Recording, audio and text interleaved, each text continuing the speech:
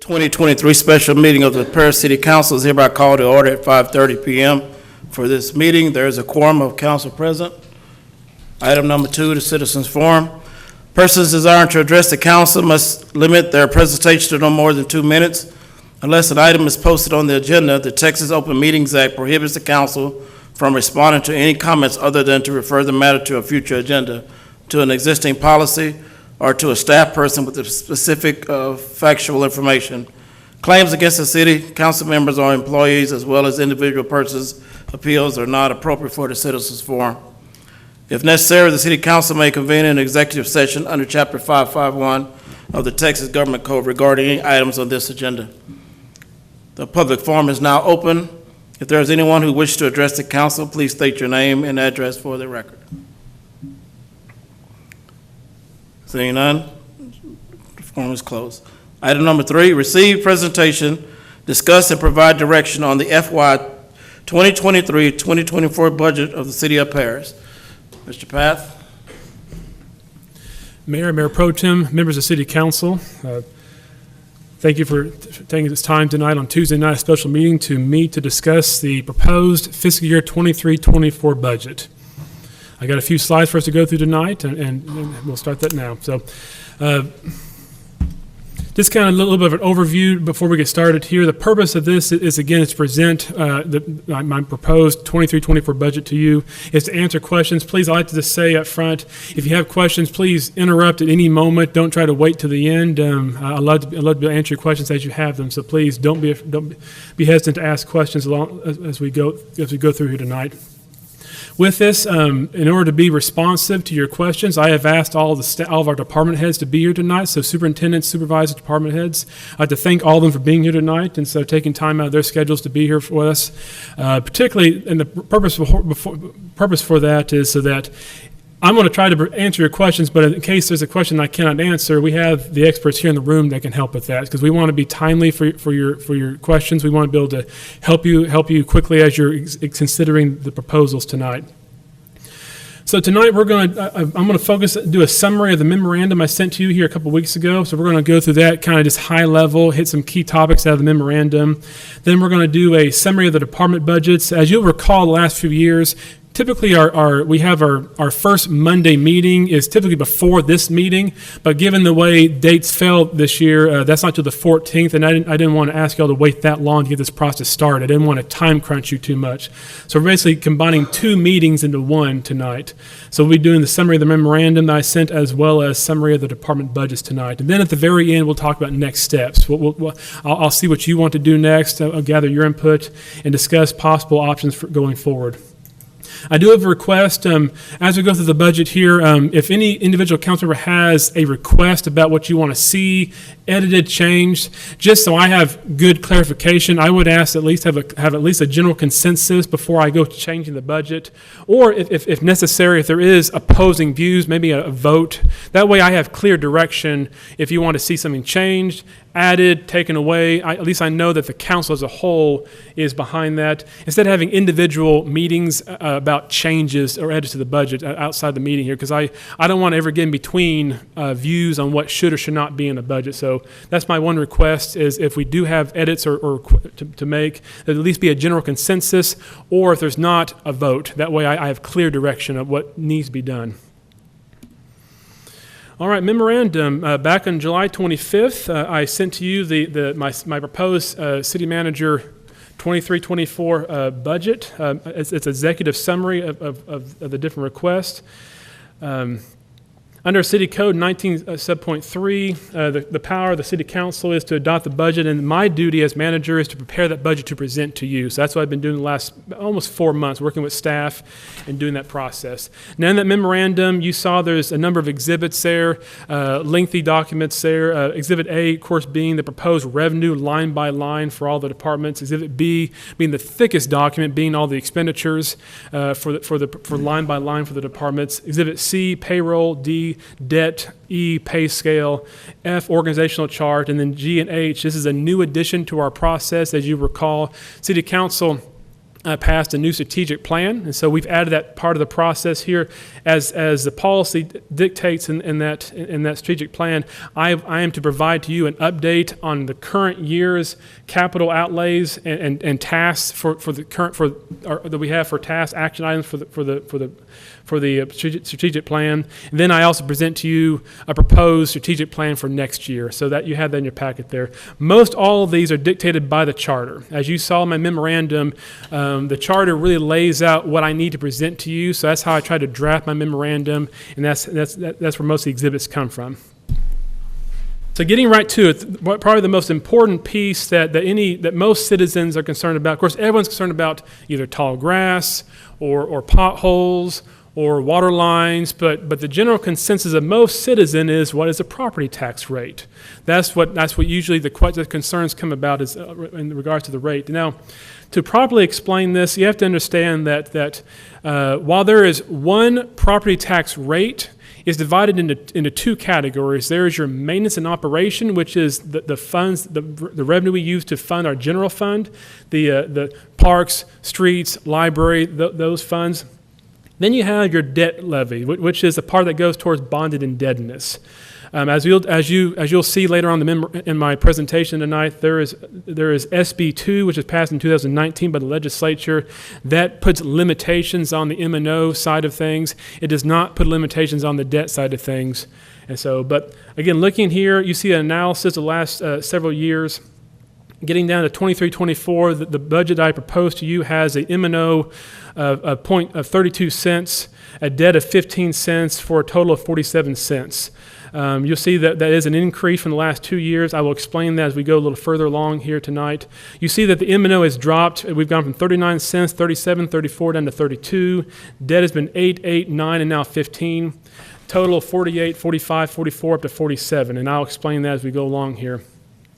Again, to the best of Mr. Anderson and my ability, this meets SB 2 requirements. There is a lengthy calculation. It's 80 different calculations you have to go through in order to get down to the final rate per legislation. So, to the best of our ability, we have met those requirements, and we've got an accurate number in front of you.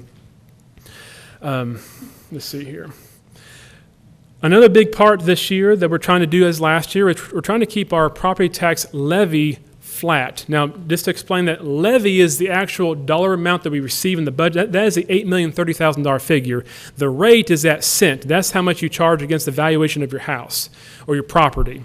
And so when I say levy, that is the actual dollars that we're looking to put in the budget. Rate is the calculation that you apply against your property to get that dollar amount. So we are trying to keep the property tax levy flat or static at $8,030,000 again for the third straight year. We did that this year, and that was the same from the year prior to this year. So trying to keep that static there as best we can, trying to be mindful of overall taxes and overall impact to the ratepayers. Now with this, though, a little bit different this year. I don't want to jump too far ahead, but as you saw in your memorandum, I explained SB 2, which is a 2019 legislation. Its whole purpose and intent is to limit how much growth we have on our M&O taxes, our property tax rate and levy. Again, this is now the third or fourth year that's been in effect, and so up until this point, let's see, I want to start this over a little bit here. On July 25th of every year, LCAD, the appraisal district, gives us the valuations that we work off of. The last several years, there have been no protests as of that point. I mean, they've all worked them out. Come July 25th, they worked out all the protests. Everyone's value is known. We have a good, solid, taxable number to work with. This year, it was different. There are still a large number of protests going on. Valuations have increased to the point that I think people have asked that their values be re-examined, and so LCAD still has a significant number of protests that they are working through the process. We also had, unlike previous years, LCAD had several court appeals occur mid-year. That is, as I understand it, that is once they give us a valuation, we set our budgets. Sometime after that, a person can challenge their value and through the court get it changed. So some of those took place this year. So with all that having been done, our evaluation the calculation has changed to where even $8,030,000, even that's a static number, even that is beyond the 3.5% growth allocated by SB2. SB2 limits your growth by 3.5%. So if I raise $8 million one year, I'm only allowed to raise another 3.5 on top of that for the M&O. You would think that if we kept $8,030,000 same as last year, I should be able to do that again. Well, because of all the protests, because of all the challenges that have come into place, $8,030,000 is just 0.002 beyond the 3.5% threshold there. So that's 1/5 of a cent is what that is. Another aspect here that we'll get more into, I may be jumping ahead a little bit here, but I'll just hit it while we're talking about it. With that 3.5% growth, we are allowed to if we don't use that full 3.5 in 1 year, we can save that for up to the next 3 years. So say that this year we only do 3%, leaving 0.5%, 0.5% on the table. A year from now, if for whatever reason we decide, hey, we need some more money, I can do the full 3.5 plus this year's 0.5. We can capture that for the next 3 years. The first 2 years that SB2 was in play, we did the full 3.5%. And I know many of you have been through those budgets. You know the reasons why. It was justified. We needed to raise that funding. Last year, because of good sales tax receipts, we were able to come in under 3.5. We were under by 0.006 cents. And so that is still available to us to be utilized for this year, next year, and the year after that. But after that, it goes away completely. You can't go back and capture it again.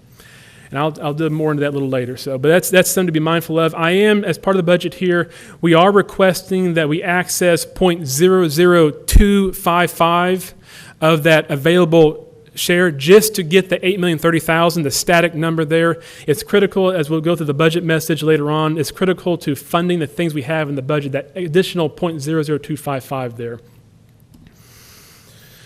All right, balance of the operational funds. As you saw in your budgets there, we have 69 different funds in the budget. Now, the vast majority of those are special purpose funds, bonds, municipal court funds, just things that are not, we don't operate out of those funds. They're more rainy day or special purpose, meant for specific purposes down the road. We only have 4 operational funds, funds 1, 3, 10, and 45. 1 being the general fund, 3 being the airport fund, 10 is the water and sewer fund, and 45 being the sanitation fund. That is where we live out of every year. And whenever you talk about parks, recreation, library, water, sewer, we operate out of those 4 funds. So that's where my focus is going to be tonight. I don't dive deep into the special purpose funds. We don't try to balance those. The money is what we have in the bank. We don't raise a lot of new money other than here and there. So our focus is primarily 1, 3, 10, and 45. Now looking through this here, this is what I propose in the budget. We have a general fund of $29.6 million in revenue, expenditure of $31.1 million for a net difference of negative $1.435 million. We're going to look at to pull out of the reserve of 1.4 to balance that out. I'll talk about that for a second here. You saw in your memo, I spent a lot of time talking about the balancing of the budget using reserve funds.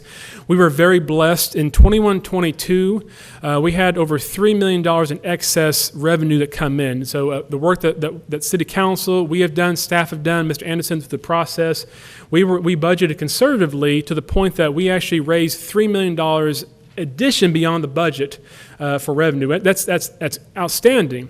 At the same time, that's money to be spent. And so people, when they pay their taxes, they don't pay it so just to sit there in the reserve. And we'll delve more into that a little later on. So my proposal tonight is to utilize a large chunk of that $3 million to get some stuff done. And I'll dig more into that a little later on. So that's where that 1.435 comes from, is digging out of that additional $3 million.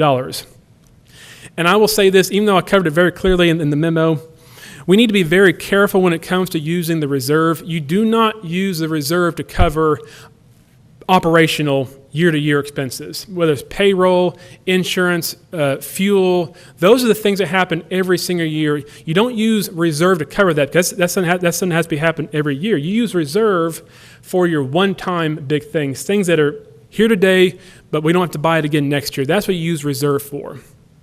And all 1.435 million in there is tied to a one-time purchase. We don't budget anything. We don't balance anything that's continual off of the reserve. It's not illegal. We could do that. I highly recommend that you never do that. Airport fund, $1 million for revenue, expenditure of 1.04, a difference of 30,000. Again, we have some reserve available to balance that out. Water and sewer fund as well as sanitation fund, they don't have as healthy reserve as general fund does. So Mr. Anderson and I, we do not propose using any reserve to balance the expenditure out. So money in is money out. We're not looking to tap in any reserve there. The general fund, with what I proposed there, 1.4 million, that should not threaten the 4-month reserve that we try to maintain.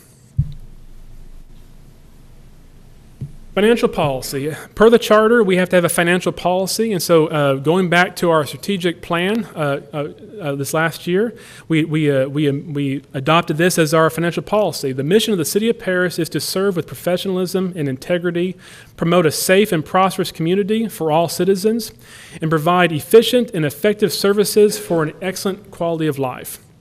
That is not quite word for word from our strategic plan, but I adjusted it to fit the budget process here. So everything that I propose to you is keeping this in mind, trying to maintain excellence, efficiency, trying to improve the quality of life for our citizens. Everything that I propose to you is with this in mind. The budget message. So the next several slides here, we're going to go through each of these categories here. I'm going to touch on them. They were a big part of your memo. Significant, probably I'd say pages. They were pages 6 through, I want to say 15. So they were a significant part of your memo here. So we're going to cover each one topic by topic tonight. The first item that we have in the memo there is the City Council strategic plan. And so that's a key priority for us to address in the budget. Obviously, your goals are our goals. And so earlier this year, City Council passed Resolution 2023-002. It included a vision statement, a mission statement, and goals for the City of Paris. So you gave us 5 primary overall goals. The first one being enhance the city's relationship with key state and county representatives. Second is encourage economic development through business development and retention planning. Third is promote long-term growth in the community. Fourth is retain our citizens. And 5 is market the city. So as I developed the budget, I kept all 5 of those in mind. I tried to develop task items that further those missions.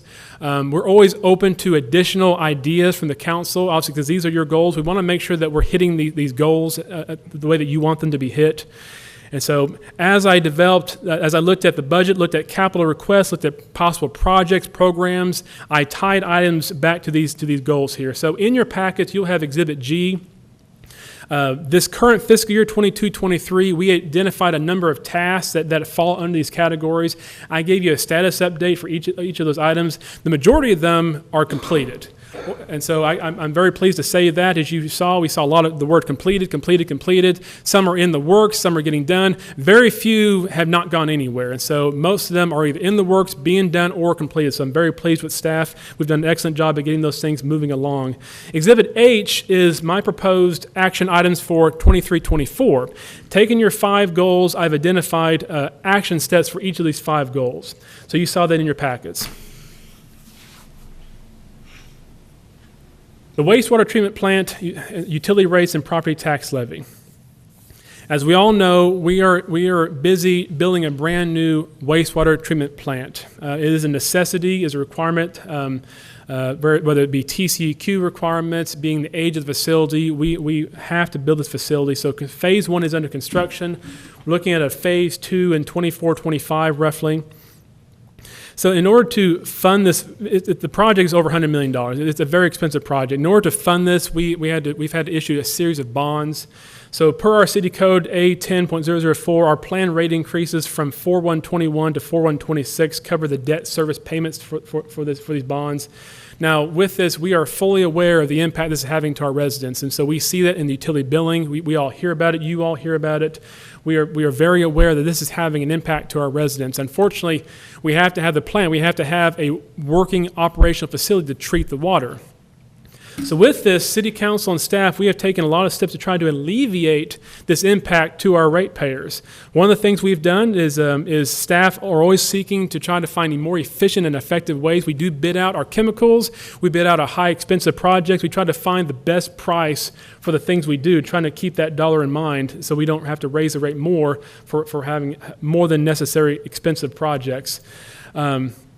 A thing we brought to the council here recently, as you recall, the GEO bond 2013 is up for renewal. So we can either keep it going as is, we can refinance it, or we can restructure it and then save $1 million a year in existing utility revenue. That's the route we're taking right now by your direction. So later this year, we will be bringing back to you the necessary documents to refund and restructure this 2013 bond that will free up $1 million in existing utility revenue that we can then apply against the foreseen rate increases. So that's a big alleviation there that will help our ratepayers going forward for many years to come. Given the amount of debt we've accrued now, talking to our financial advisor, we are now apparently open. We are now eligible for the opportunity for a commercial paper loan.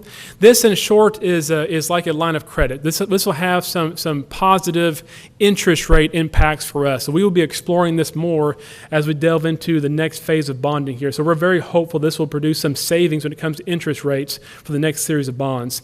We've been busy. Trying to identify bad debt we've had. Of course, you know, City of Toco, Route 40. We've been working hard with staff in order to basically plug those holes to make sure we're getting all the revenue we need to be getting so that we can pay our debt and make our bills. It's not fair that some pay the bills and some don't, and so we've worked hard to try to plug those holes as best we can, and those are all coming together. We did not raise water rates in 2023, so that was an excellent accomplishment there. Of course, as you know, community development with Andrew Mack and Maureen Hammond and PDC, they're working very hard to try to add industry, retail, commercial, housing, everything. When it comes to the debt, we know the cost of the plant is $100-some million. That's not going to change if we add more houses or not. It's that price. So the more accounts we can add to that, the more the cost gets spread out. So we very strong incentive to add more industry, more houses, more retail, because again, the more chairs you add to that same table, the more it gets spread out across those chairs there. So we're very excited about the work they're doing, very eager to help that further along to get more accounts added to our city. And with this, in order to help that effort, Public Works has been busy installing water lines over in the Gene Stallings Business Park, as you've seen out there. That is one, to try to add some redundancy for our looping system on the west side of town, but two, try to make us shovel ready so that whenever we get that next industrial prospect, the utility rates are already there. The utilities are already there, they're ready to go. And so we're just trying to get us one step ahead of our competition so that when industry are looking at Paris, wherever the town they're looking at, we are hopefully one step closer to them wanting to come here because the water lines are in the ground. So that's one thing we're using ARPA funds to do. So again, all these things that I've talked about here are our efforts to try to alleviate the impact to the ratepayer given our rising rates. So I do have another proposal for you tonight that's proposed in the budget. In the 23-24 budget, we are proposing that we take $1.5 million in existing utility bond expense from the utility rates and move that to property tax. That is that 15 cents that you saw in the earlier slide there. Very similar to the refund and restructuring proposal for the GEO 2013 bond here. This will free up an existing $1.5 million that we are currently raising right now.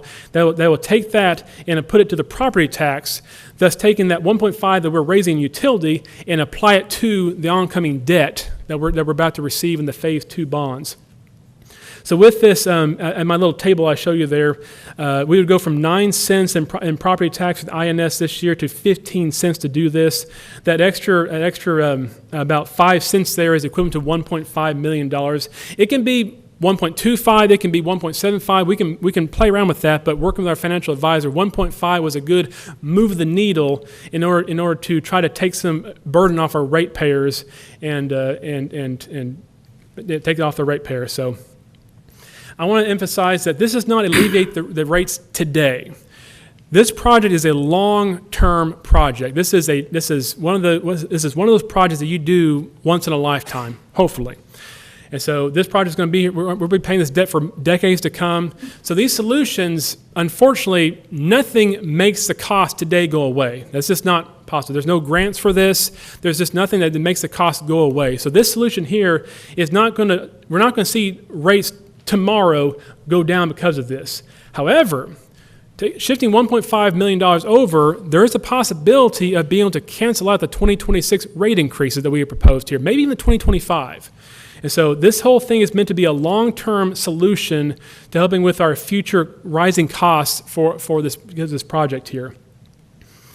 Now, it can be a little controversial to apply this to the property tax.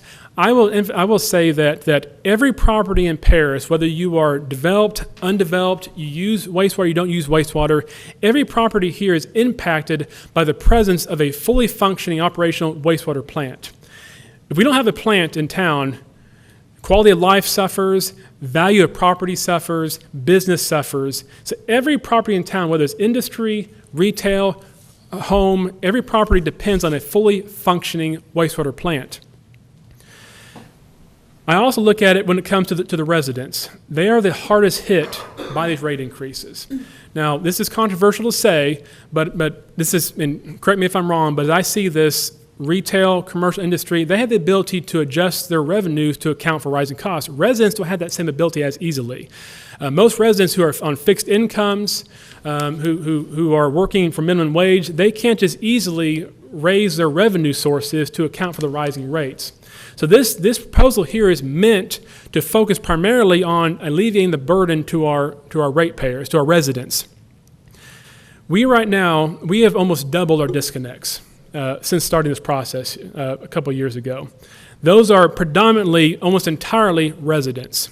We don't typically shut off businesses. Now we will if it gets too far out, but residents are the ones who are feeling the brunt of these rates here. So that's why this proposal here is meant to try to alleviate the ongoing burden to our residential ratepayers going forward. So I think I did a better job explaining in my memo. Any questions on this, any concerns, any thoughts? I want to stop here to kind of get some feedback on this.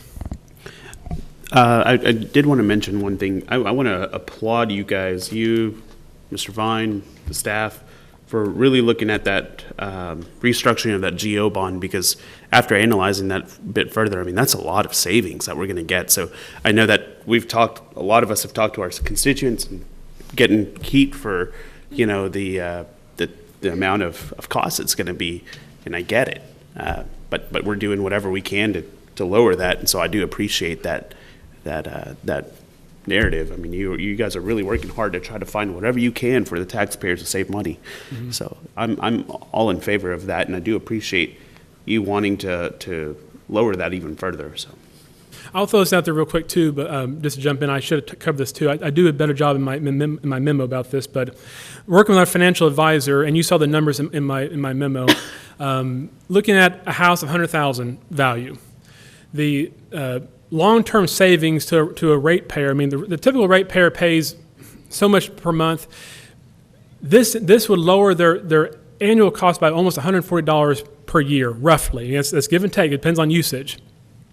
The added cost for the taxes on a $100,000 home is about $30 to $40 more. So you can see the savings there to an individual ratepayer at the end of the year. Savings in rates versus increase in taxes. There is an increase in the tax, but there is a massive savings to their rates. Now, also that changes for the valuation of your property there, but again, we're focusing on the residents here, trying to alleviate the burden with that. So I want to just put that out there as well. Any other thoughts or questions, concerns about this? Kind of go back through the I&O again. You're going to take, we've got bonds from 13, right? That we're going to take. There's $1 million a year in output, I'm guessing, that we're paying on those bonds. We're going to restructure those bonds and put those in the, explain that to me again. Yes. right now, we're raising, I don't know the exact amount, but we're raising, say, $4 million in utility revenue that goes towards bonded and debt. I'm just going to say $4 million. I don't remember the exact number off the top of my head. $4 million. That's going to a 2013 bond. That's going to the phase one we did for the wastewater treatment plant. It's going to a few other bonds. Those bonds, that's money allotted to those. By restructuring the 2013 bond, we're taking $1 million of that existing $4 million, and we're saving that on the 13 bond because we're getting a better interest rate, and we're just shifting it over to this upcoming bond that we're going to be pursuing here for phase 2 of the project. So taking the same money that's already being raised and shifting to the next bond. So instead of asking for another $1 million, we're using the exact same $1 million by saving it over here and putting it over here. Is that helping? Yep. So an interest rate, a relief of interest rates in the next 24 months, we could be in a different scenario with the I&Os then, because we probably could refi some of this stuff. Is that? Well, the reason we can do the 2013 bond is because it's come callable after 10 years. Our next bond is not callable for another 3 or 4 years.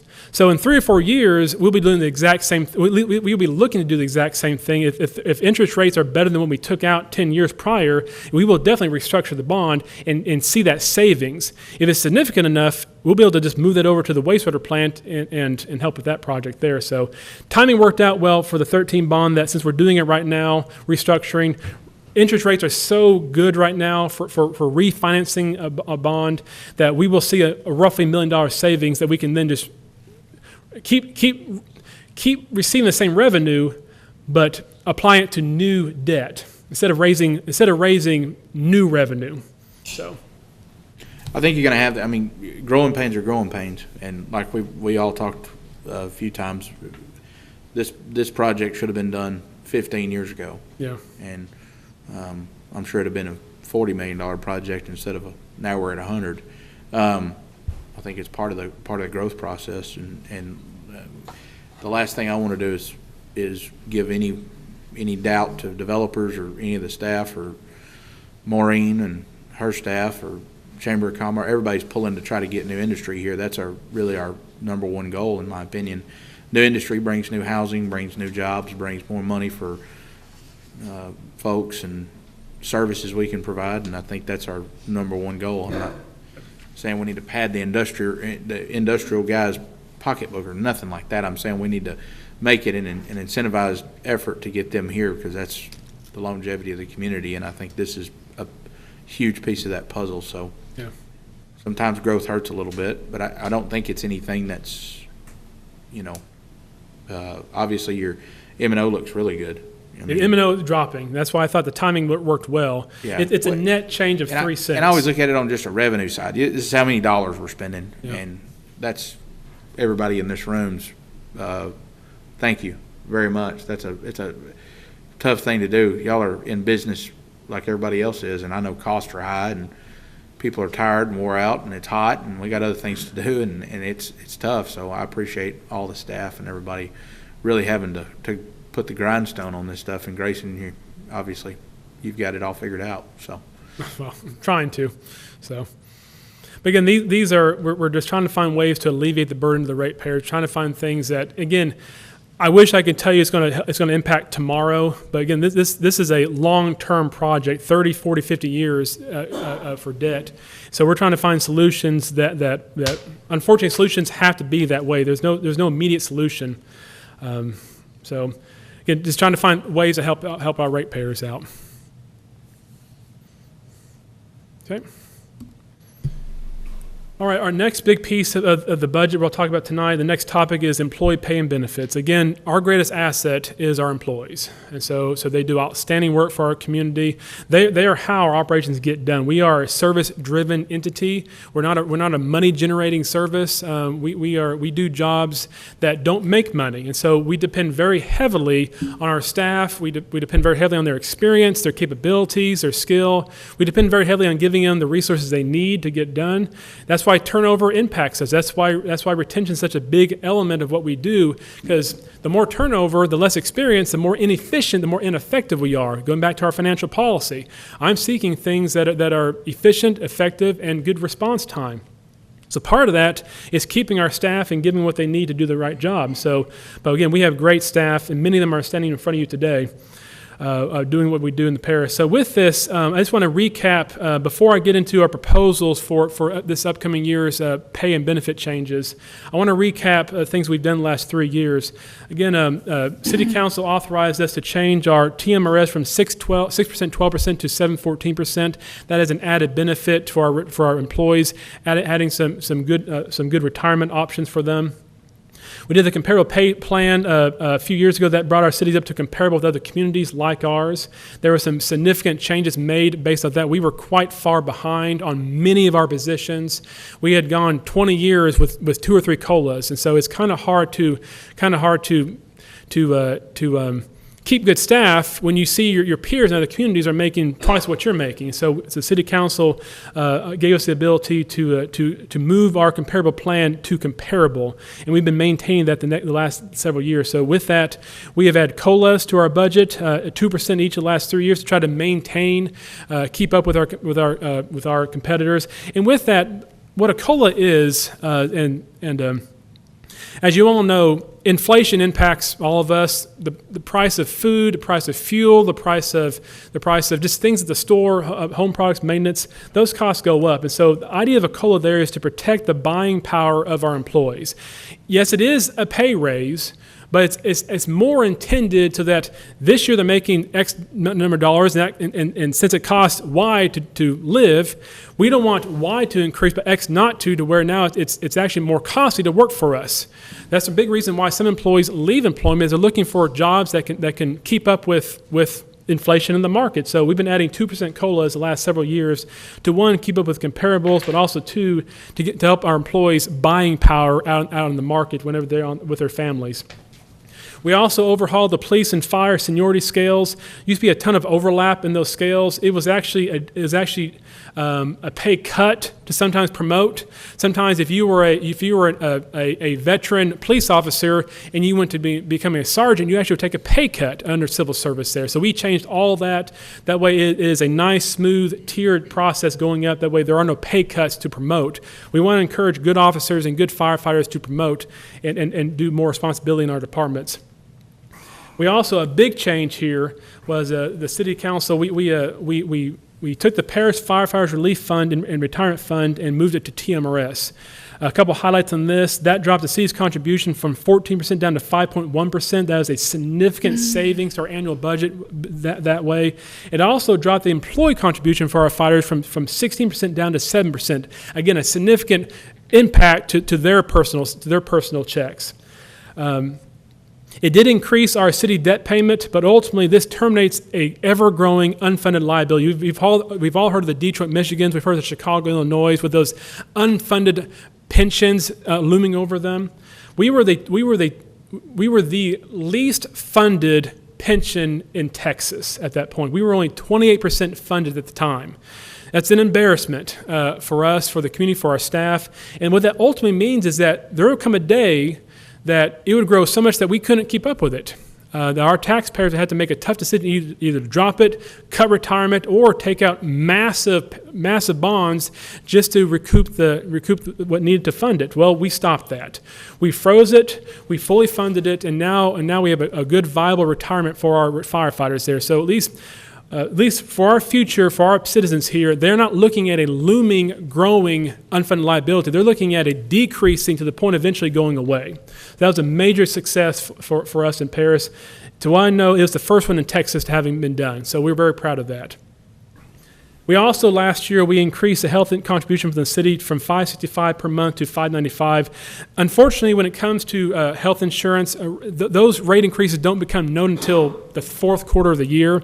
So right now, we're working with estimates, ideas, but we don't know what's actually going to be until October, November, December. This last year, rates unfortunately went much higher than we expected, and so City Council was willing to give the employees a $30 per month increase to try to help counteract that impact that was unplanned. So with all this, I just want to say on behalf of the staff, thank you, City Council, for the work you have done the last several years to help give our employees a more competitive, more favorable pay options, benefit options. So thank you all for the work you have done with this.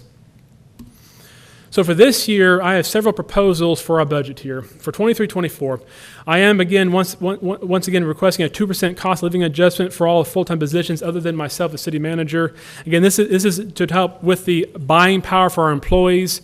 Again, costs are going up, and we see that today still. So trying to give our employees that extra 2% COLA there to help keep up their buying power for personal goods at home with their families. I also wanted to transition from a biennial step increase to an annual step increase. Right now, we have 8 steps. You achieve a step every 2 years. So it takes you have to wait 2 years for your next actual pay increase. Again, costs are going up the whole time there. And so I like to take it from biennial to annual. To accomplish that financially, I'm going to keep step 1 to step 1. I'm going to make step 8 to step 15. Then I'm going to do half steps in between all that.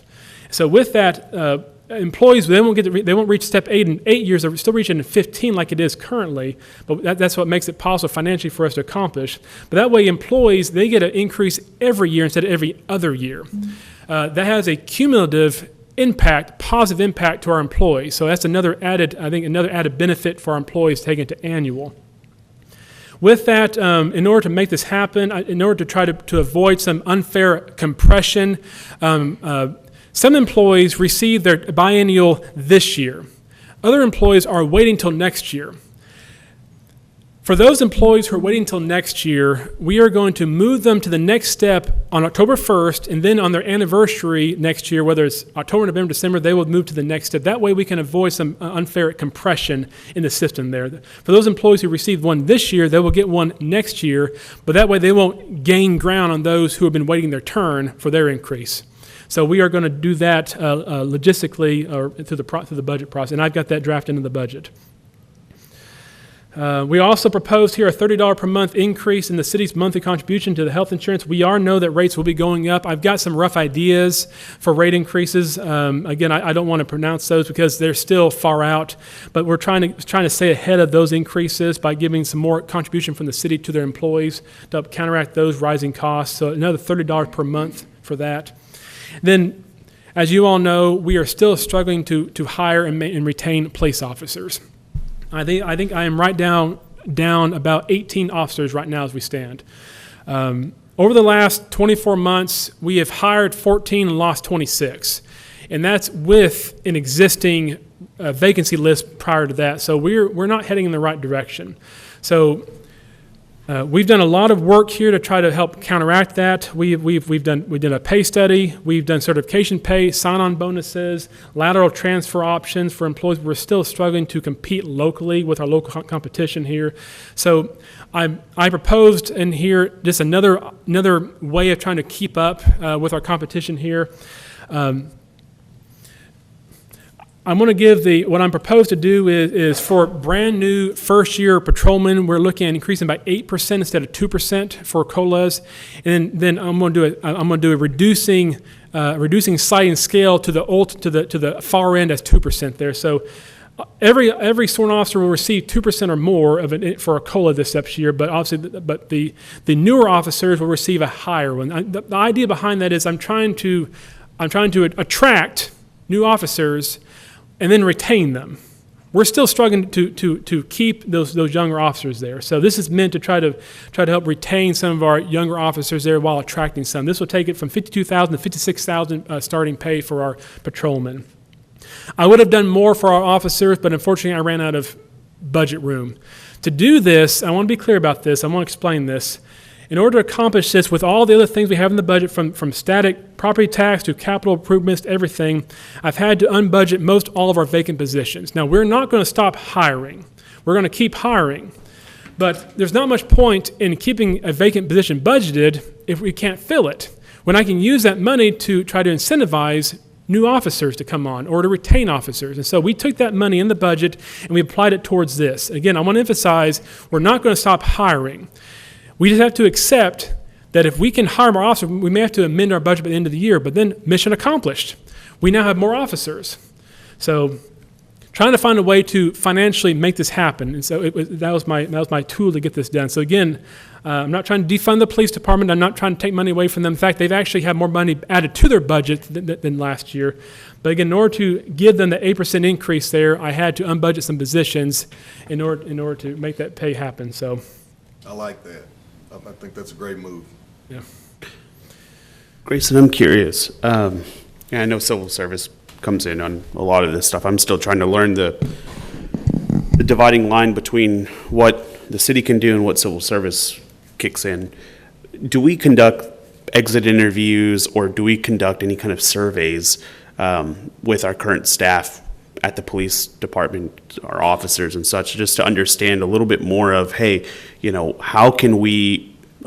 how are you feeling? Let's do a pulse check and see, do you feel good? What are you feeling that you could use more of?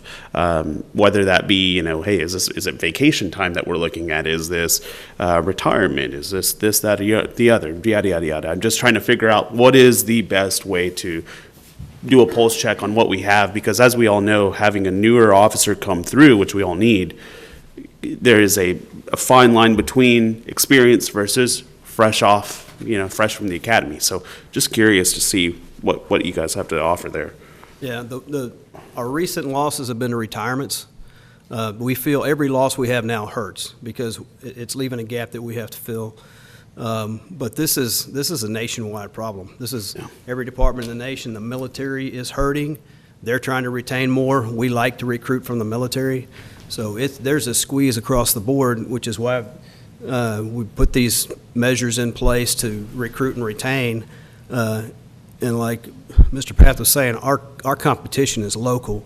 It's not, if our officers want to make more money, they can easily increase their pay significantly just by going to one of the Metroplex departments.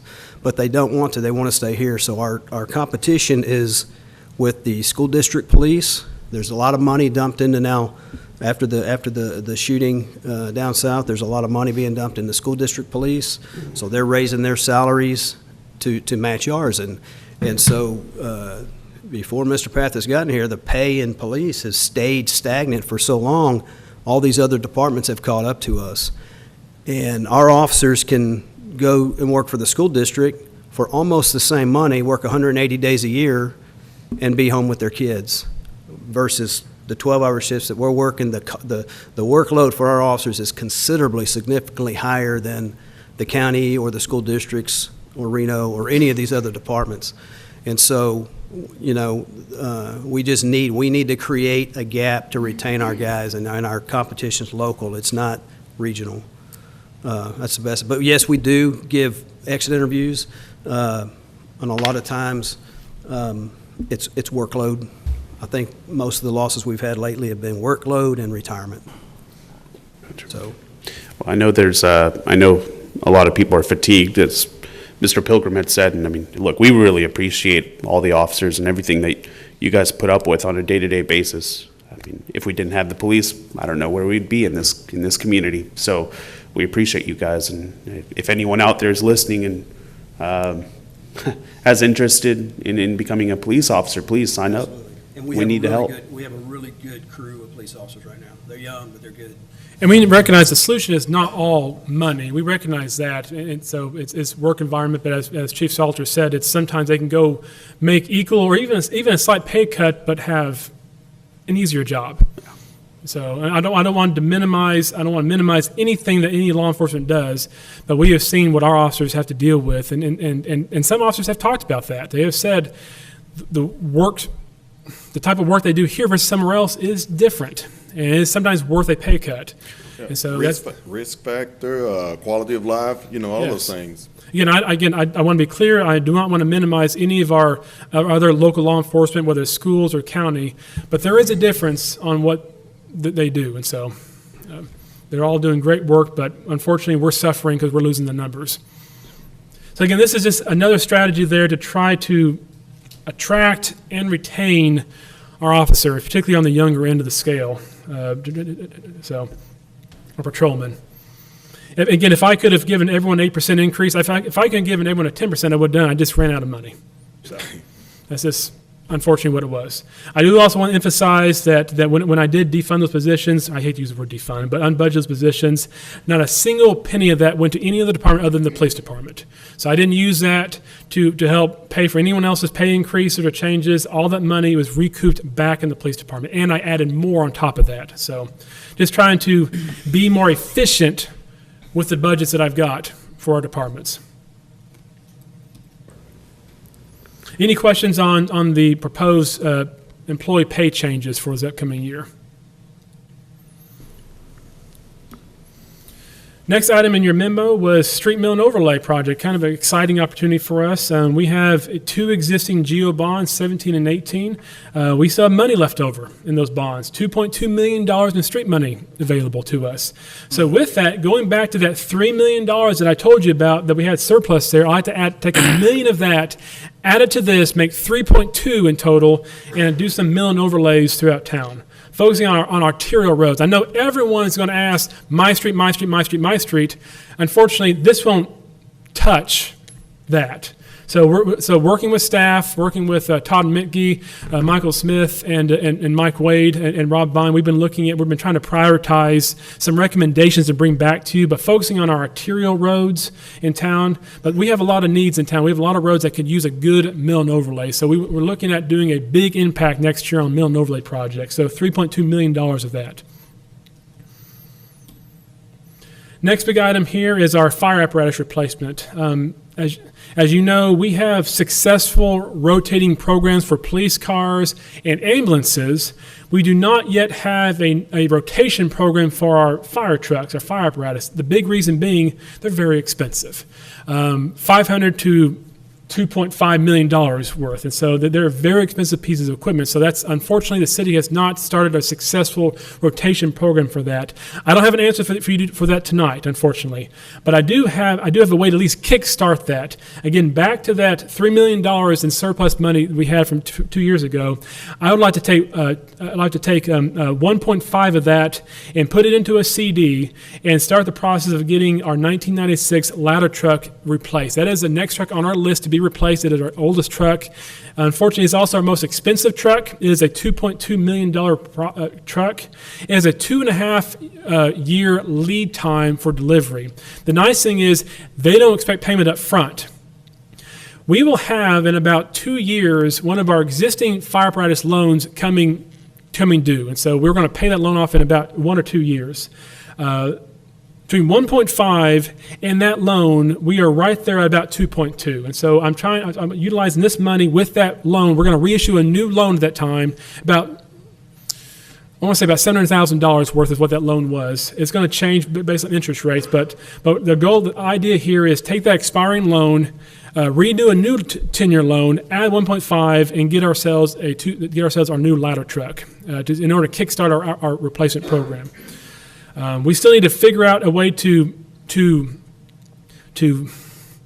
continue with replacement. This is not a solution to repeat over and over again, because you can't depend on surplus money always being there. But it's at least a way to buy ourselves some more time to figure that out. Because every day the trucks get older. And unfortunately, I know the Chief of Monaco has informed me that this truck can no longer count towards our ISO rating. It is now aged out of that program there. So it's very critical that we get the ladder truck replaced. And I'd say 1996, we got a pretty good life. We've done a pretty good job of maintaining that truck from garage in the fire department. They've done a good job getting every bit of dollar they could out of that truck. What happens to those older trucks? Like, that's 96, that's a long time, but Yeah. just say if it was 15 years old, what happens to those trucks when we We replace auction them? them off, and unfortunately, the resale value is next to nothing. So I know Chief Monaco and I talked about that. These trucks are not worth anything, unfortunately. People sometimes take it, they tear the box off, and they use the engine for other things. And so, but we will have to auction it off. You go They from wouldn't this. go to volunteer or? Some can, but there are certain certification issues that they have to run into. This truck is aged out of being certified in some respects, and so some departments will weigh that inside of it's worth the risk. But typically, my experience is a lot of volunteer departments, the truck is aged out beyond liability purposes. Am I saying that probably right there, Thomas? So. But that is an option, though. Someone can definitely buy it from us for that purpose. Other items in the memo that we try to adjust for in the budget, that we do have continuing rising costs. Just like the homeowner, we too, the inflation, the market is impacting us. The price of buying widgets and gadgets, are all going up. When it comes to fuel, insurance, everything, the price is going up. And this, unfortunately, this is doing the exact same amount of work. The same amount of potholes, the same amount of water lines, unfortunately, the cost to do that same amount of work is going up. And so we tried to, as you'll see in the budget here, we're trying to adjust our cost up in order to at least maintain existing services.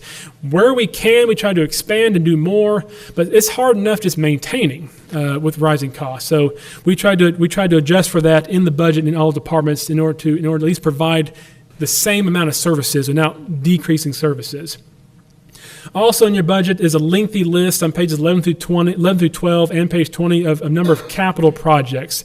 Using ARPA funds, using CARES funds, and primarily using the general fund surplus funds, we are fortunate to be able to add a number of equipment purchases, supplies, studies, and so forth. The housing study, tearing the Belford down, the Grand Theater. I'll talk about some of these a little later on. Some equipment, some trucks, some vehicles, some excavators, things that we need to do our job. We still have some very old equipment. I know one of our parks trucks is a 1998, I think, still. They've been doing a job keeping that thing running, but it's on its last legs. And so we're trying to replace aged-out equipment in order to keep providing services. So you see a list in your memo of all those items, and I won't go through each one tonight. New positions, the next item to talk about tonight. As a city manager, I am constantly looking for better ways of providing our services efficiently, effectively, and responsibly. Again, getting back to our financial policy. I know it can be sometimes controversial to add positions. That, for whatever reason it is, sometimes people view that in government as a bad thing. Well, our task is to provide services, and that involves people. And so I'm always looking for ways to make things better, more efficient, more effective. And so I like to point to my record. Looking at the last several years, we've added the assistant manager, director of planning and community development, IT manager, airport manager, dispatch supervisor, police community outreach officer, assistant building official, assistant fire marshal, and a number of others. I know all of us have seen the gains, the added benefit we've had by these positions here. They have come in and been game changers. And so I'm always very purposeful when I make a recommendation for a new position. I don't just frivolously ask for something or try to increase our staffing here. We try to be very purposeful, very intentful with what we're trying to pursue in a new position here. I also try to find good people. And so I think we've been very successful in filling these jobs with good people who have made a true difference. I know this comes with an added cost, but I believe and I will defend that the cost is far outweighed by the gains we have had in all these positions here. Same with the ones I want to propose tonight. First one, an assistant city manager. I would like to promote Doug Harris, our utilities director, to the position of assistant city manager. You all know Mr. Harris. I want to get this right here, so I want to say this right. Mr. Harris has served the city of Paris for 30-plus years, many of which have been in this current position. After 3 years of direct observation, it is my professional opinion that Mr. Harris has the skills and abilities that can be put to even greater use upon promotion to a position of higher responsibility and accountability within Paris. His faithful and loyal service to the city of Paris, carefully managing the city's treatment infrastructure for water and sewer, has proven his ability as a manager and a leader. And I'd like to tap into that to further benefit Paris residents on a higher scale. To accomplish this, I have reorganized the city's organizational chart. I will reclassify Rob Vine to deputy manager in order to create a distinction in the progression of chain of command and shift responsibilities between the three positions. With this, what I propose is I will continue to be responsible for all departments, of course. That's my role as city manager. You look to me as your employee to provide you all services. I will focus now primarily on emergency services and HR. I will shift to Rob Vine, community services. I'm going to add to him city clerk, finance director, and also PIO, which I'll talk about later tonight. I will then shift all infrastructure services to Mr. Harris. That is the current water treatment, wastewater treatment, lift station, all of public works, and city engineer, creating three spheres of focus. We have emergency services, public infrastructure, and community services. So with this, I see greater efficiency, greater effectiveness, greater response time for citizens, for council, for staff. I see it being more available from the city management department position for our staff. More access to our staff to get things done, whether it comes to contract negotiation, HR management, strategizing, and so forth. I see a lot of efficiency in this, and I apologize. I do a better job of explaining this in my memo here, but I believe that this is a worthy position to add to our city. To accomplish this, I will unbudget the utilities director position. So in order to financially make this position happen, I will take the director of utilities position, unbudget that, and apply that towards the ACM position. So the difference being about $20,000 difference between the two positions. So very, very achievable to reach that. Any questions about that? Again, I believe that my job is to look for efficiency, effectiveness, and response time. And I do believe that Mr. Harris, with his skills, his abilities, I like to promote that to a higher level of responsibility to make things even better for our community. Public Information Officer. We have grown to a point that we need to do a better job of communicating with our citizens, whether it's social media, website, just everything in between, open records requests. We need to do more and do it better of talking to our citizens about what's going on, what's happening, emergency responses, upcoming events, status on projects. We just need to do a better job of communicating with our peoples here in our community here. So I see in this position here open records requests. I see a vibrant interactive social media presence. I see website management, press releases, media interaction, public emergency management communication. Whenever I'm in the thralls of a situation on ice storm or tornadoes, it's nice having a person there who can handle the communication side of things. That's the part you have to time out, rethink, and focus on that. I need to be focused, and staff need to be focused on addressing the issue there. So having a PI will help with that drastically. Public education of services. It'd be nice if citizens knew more about their government. What do we do? What do we offer? How does permitting work? How does code enforcement work? If you have a leak, who do you talk to? I see social media. I see videos. I see interviews of all of you. I see so many things that we can do to get our recognition, get our names, get our information out to the public. We also have the PEG funding, the Public Educational and Governmental Funding. For those who don't know much about that, as you look at your cable bill, there is a small, like $1 per month that goes to the city for public educational channels. We've not utilized that. It is over $770,000 of accrued funds there. The PIO will be best suited to start spending that money down via channels, via technology. I see this person being very critical to start utilizing that money. We've never utilized it. So we need to shut that money down, figure out how to stop the money from coming in, or start spending it. People are paying it. They need to see it spent. A PIO will be responsible for working on that. And of course, brand management. We are working with Dead Cat Media, doing an excellent job. That is a 1-year contract. I do see the PIO being responsible for managing our brand going forward. So I see a lot of opportunities here to alleviate work off of current staff and expand our presence on the web, social media, and just in the community. Assistant Finance Director. A couple of things here. Mr. Anderson is doing an awesome job for us, but as many of you know, there's more work than one individual can do. There is a need for some succession planning with the position, and we need to add some capacity to the finance department. Between whether it's billing, warehouse, payroll, grant administration, there is more work. This is the backbone of all our operations, finance. The work has exceeded the ability for one manager to take on. He's got excellent staff, but there is a need to have another, hopefully CPA, added to the mix in order to help manage the load here for this department. We did look at third party for a little bit, but when it comes to the costs, the hourly rates, the availability, succession planning, just daily management so that Mr. Anderson can actually take a vacation. He doesn't take vacations. There's a need to have another presence in the office to help with that. So the next 3 positions are EMS paramedics. This would take we have 3 shifts, A, B, and C.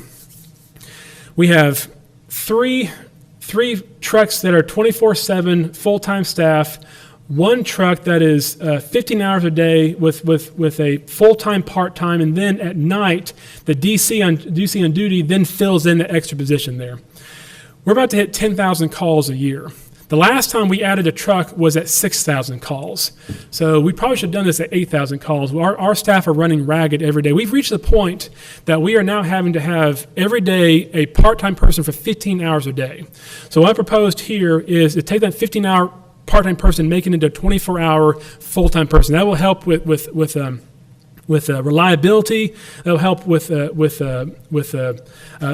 giving our part-time back to leave replacement. Right now, every day we have a person on leave because we have 8 people on duty every day plus the DC. There's usually someone out sick or on vacation or something like that. We're having to constantly pull from our PRNs for both 15 hours a day and someone to fill in the void when people are on leave there. So this position will help free up our PRNs for that. It'll also give us 4 full-time trucks plus a standby truck in the evening hour, actually all day long. So that will help us with our 10,000 calls a year. So any questions about that? Or I apologize. I know I'm not doing as good a job explaining this as I did in my memo, but there's just so much to try to cover in one night. Well, Go ahead. go ahead. No, you're fine. Well, the only comment I have on that, I have no problem with adding these jobs. I've talked to you about it. Some of them, I feel like we really need, but we're shorthanded across the board, pretty much. So we say we can't find the funding to raise those pay rates up so we can try to fill those jobs, but then we come up with the funding to add all these new jobs. So, citizens will wonder, okay, how can we add, and I hear this all the time, how can we add these new jobs and we can't come up with enough money to raise the pay, to bring people in on the existing jobs. Yeah. So that's the only thing that's kind of sticking out to me on it. But some of these jobs, hey, we need it. We need the departments to work fluid, because that's another complaint. Hey, it's slow process, So, and we also talked about that, how we need to fill some of those jobs to take the weight off of as we grow, as people are building, as projects come. So we, especially in in Mr. Mack's department, we need people there to increase the speed of projects and 5 in 5 and all these things.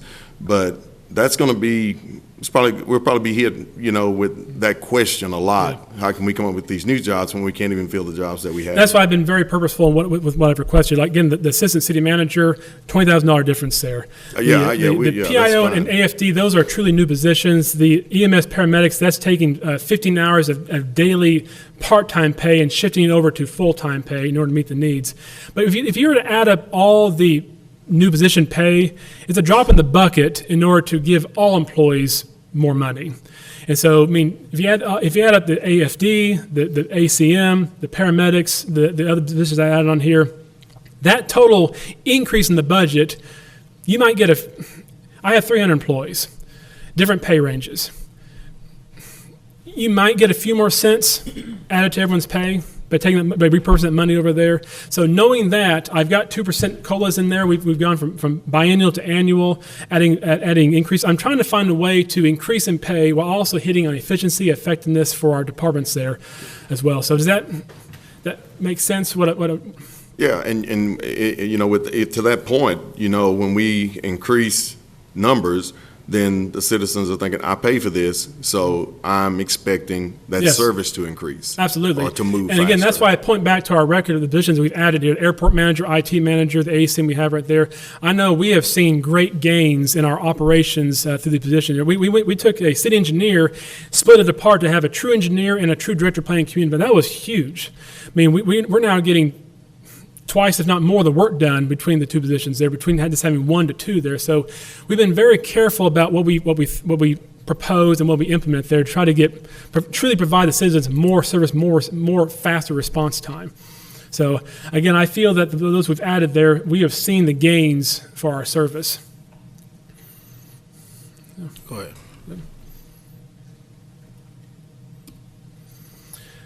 Meter reader and community development department secretary. Again, meter reader, going back to the wastewater rates, we have doubled our disconnects for service here.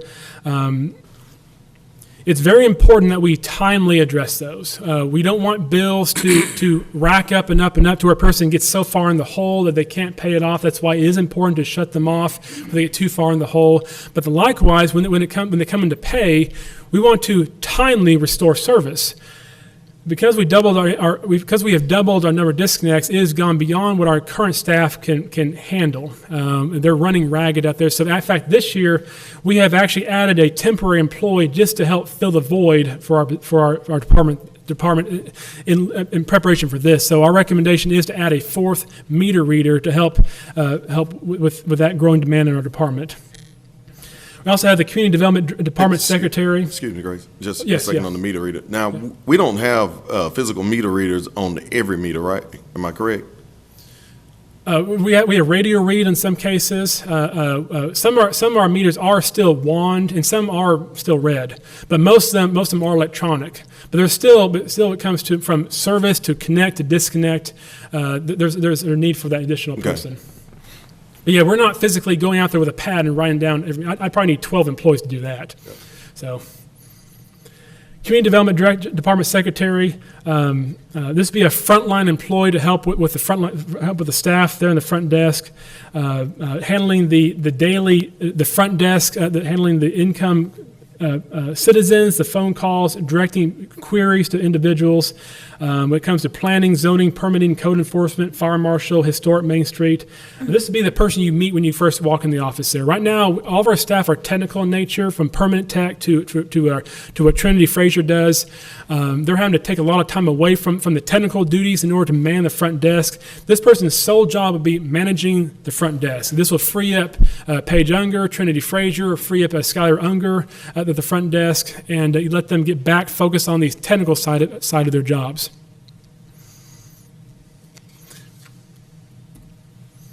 And again, I'd just like to encourage everyone to refer back to my memo for more detail on these things.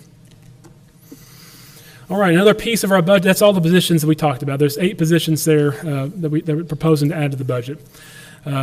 Another piece that we have in our budget is trying to maintain operational services. Our primary goal of the budget is to comply with our financial policy, to provide the services expected of our citizens of Paris. I think our staff are continuing to do a good job being frugal, being consistent and conscientious of the taxpayer dollar. They're always trying to find the best deal. See that when you look at the line items, there's not much change when it comes to most line items. It's pretty static. They're doing a good job of trying to do more with less or maintain with the same amount of money. Working with staff, we do believe that what we see in the budget today will accomplish the job for next year.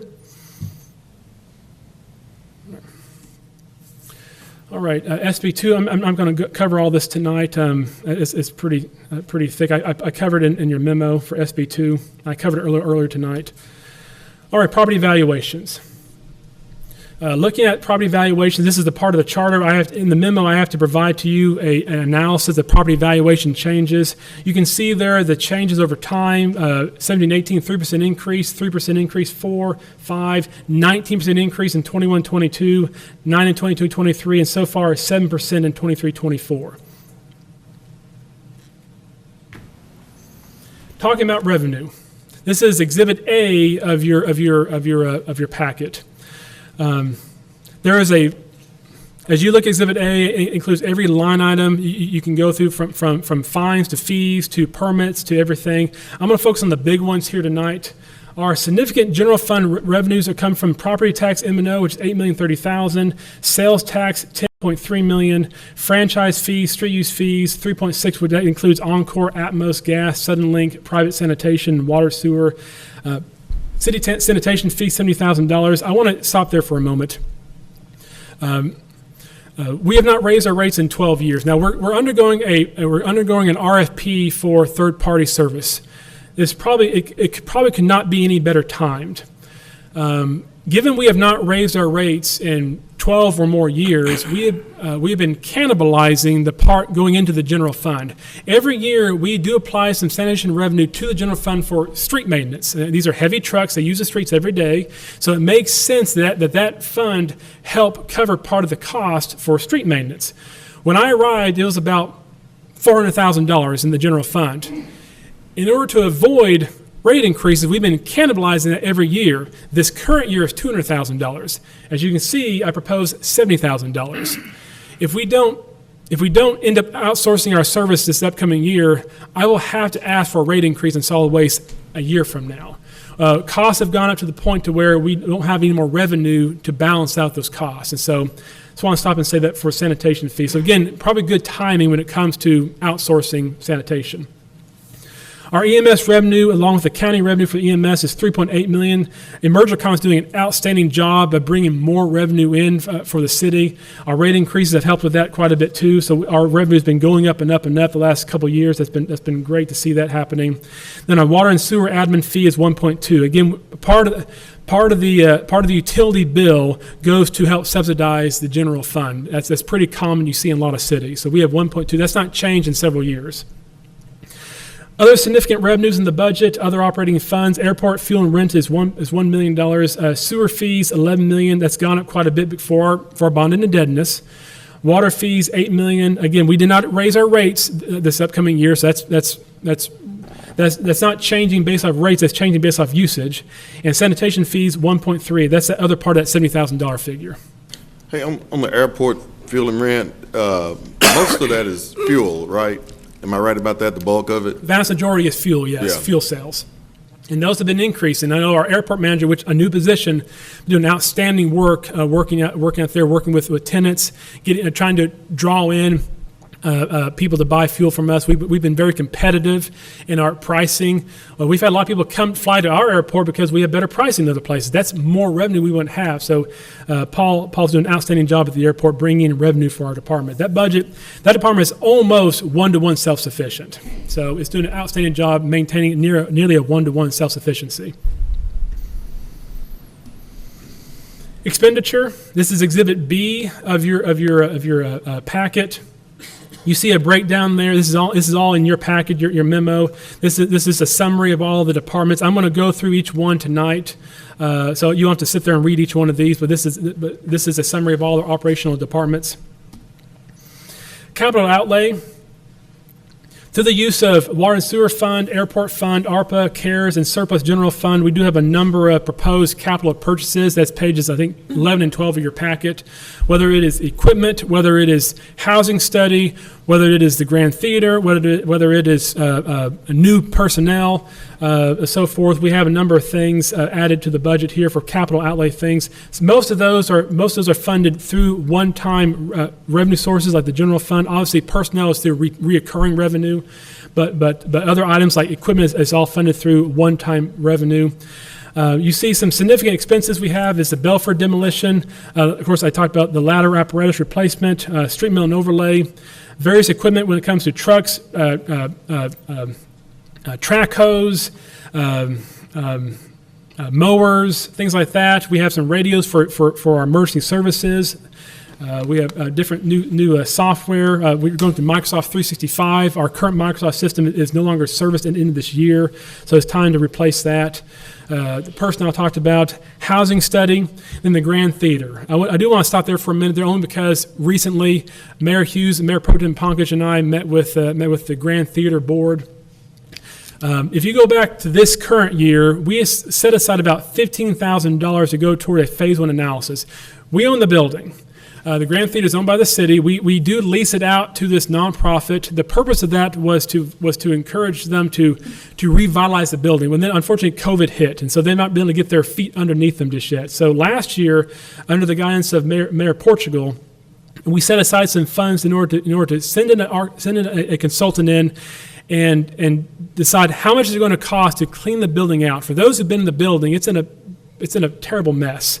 There is mold, there is asbestos, there is decay. I know Mayor Hughes and Mayor Pro Tem Pankaj had a chance to go there this last Friday and see for themselves the situation the Grand Theater is in. It's very hard to get donors to donate when you walk in and see a toxic zone. And so the goal here is to utilize some ARPA funds in order to clean the building out, give them a clean slate, do some selective demo, remove all the asbestos, get all the decay and all the mold out of there. That way the theater group, the nonprofit, can then work on trying to bring in donations, grants, in order to revitalize that building. And so in the budget you have before you tonight is $100,000 set aside to help clean the building out. This is using ARPA funds. This is not general funds, this is ARPA funds. And that was the number given to us by our consultant through phase one in order to clean out and abate the building. Now with this, they're very eager to get started. They like to start right away. So they've asked me to propose to the council that we start that ASAP. And so what I intend to do is bring back to you on August 24th the necessary documents to go to bid in order to start that process, unless the city council decides otherwise. I do think this is a worthy project. This is our building. We are asking every other downtown building to revitalize their buildings. It just makes sense that we likewise follow suit and try to revitalize one of our existing buildings. I see a question. What are ARPA funds, or refresh my ARPA, memory? yes, these are the federal funds we received following COVID. Okay, yeah. We received those funds a couple of years ago. We've been utilizing them for key purchases and projects. Okay, thanks. Yep. So with that, unless otherwise directed, I will bring back to you on the 24th the necessary bid documents for you to consider to start the process of trying to receive a contractor to do that work. Grace, and I'll state this, I definitely agree. I mean, as you stated, we did take that tour. That building is in complete chaos, to put it lightly. And I think it's our responsibility as a city to take care of our own building when we absolutely talk to other citizens to say, hey, you got to take care of yours. So I appreciate that basically, I appreciate that exercise that we went through to do that, but I definitely agree that we need to do that. So I appreciate the haste, and I'm in support of that. Yeah, they have a new board in standing. They have, according to them, they have some good donors kind of lined up, waiting for this to be done. And so this is one way to help kickstart that process in order to get the donors to that final step of actually donating funds. And so they're again, given the condition the building is in, they're not eager to see it move forward until they see the building cleaned up. So, And I'm sure y'all know more about this than me, but does that nonprofit feel like there's opportunity there? Yes. They really think it is, okay. yes, they feel very strongly about that. Because it's been down for a long time. Yes, yeah. Again, there was a lot of excitement when they first formed about 3 or 4 years ago, but then COVID hit and that derailed everything they had in progress. And so the whole intent behind this last year was in order to kickstart that process and get them some legs underneath them. So the total estimated cost to revitalize the building is over $4 million. So that's going to be their piece of it. So $100,000 seems like a worthwhile Right. kickstart in order to get that building back on its feet again.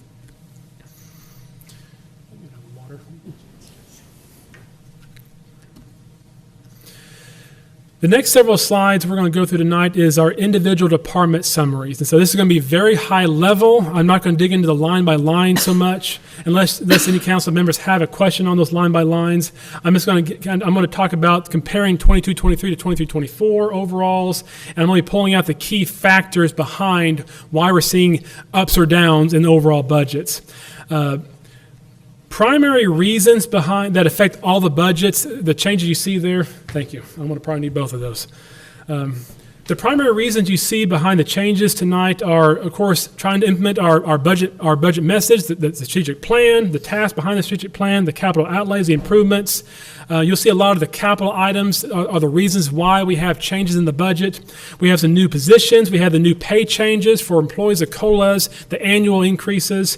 Of course, rising costs, inflation as a part of this. So all those things are the primary reasons you'll see changes in these departments here. There's not a lot of changes in services. This is primarily a maintaining the budget other than the personnel I've added to the budget. What we do is I go line by line through the budget. I go every line, every department, and I look at historical trends. I look at, okay, this year we spent $3,000, 2001, 2002. Okay, a budget of 10,000 doesn't make sense. So I try to realign every line item that makes sense historically. And then I have the staff explain to me or defend why there needs to be a change, positive or negative there. So we go through the exercise for every single line item there. So I try to give you a historically accurate budget that meets, that matches our services year after year. First is City Council, your department. 22-23, 138,000 budget. This next year, 190,000, increase of 51,000. Primary reason is a housing study. So we also have in here, kind of tied to this budget, just for lack of other budgets to tie to, we have the Belford Building and the Belford Building demolition and the Grand Theater, which that's being covered by ARPA funds. City Manager Department, Department 12, a difference of $171,000. The reasons for this is the ACM position. Again, we're splitting it 1/3 general, 1/3 water treatment, 1/3 wastewater treatment. That's where Mr. Harris's focus is going to be at. So it makes sense that the water fund helps subsidize that expense for services. We also add the PIO, so those expenses are the primary reasons for that change in that department. Otherwise, it's typical office expenses, paper, pens, pencils, those kind of things, travel utilities, and so forth. City Attorney, Department 13, a change of $40,000. Primary reasons just our employee pay and benefits. That's the 2% COLAs, the adjusted annual from biennial to annual increases there. We also are increasing our outside legal counsel fees. Our budget.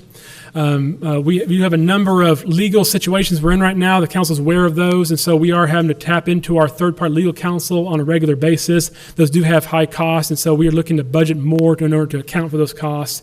And also, we've been putting Tracy Pounders, our delinquent tax attorney, to more and more work. We have 5 and 5 program. We're keeping them very, very busy, and so we're trying to keep up with those expenses.